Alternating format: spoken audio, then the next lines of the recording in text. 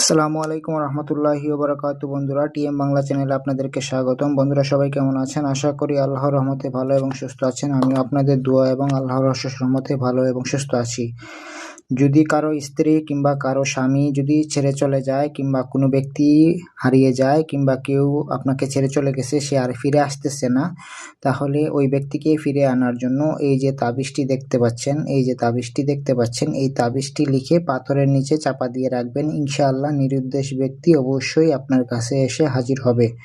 তবে এটি জায়েজ কাজে ব্যবহার করতে হবে, নাজায়েজ কাজে ব্যবহার করতে পারবেন না। তাবিজটি ভালো করে দেখে নিন, এই তাবিজটি, ঠিক আছে?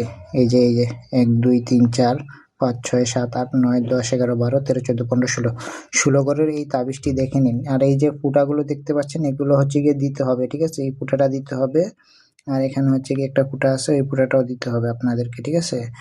এই ফুটাটা দিতে হবে। আর হচ্ছে গিয়ে এই তাবিজটি যে কোনো দিন লিখতে পারেন, সমস্যা নাই।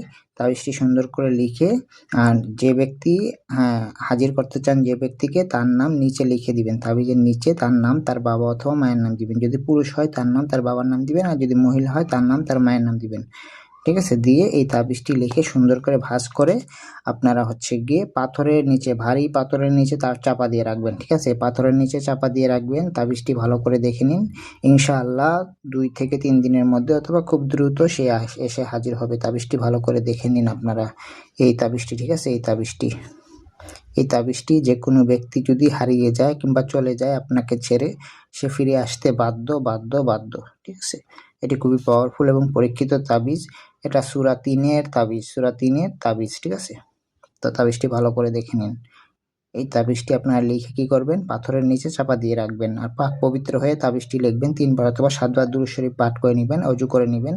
তারপরে তাবিজটি লিখবেন লাল কলমের কালি অথবা জাফরানের কালি দিয়ে তাবিজটি লিখবেন।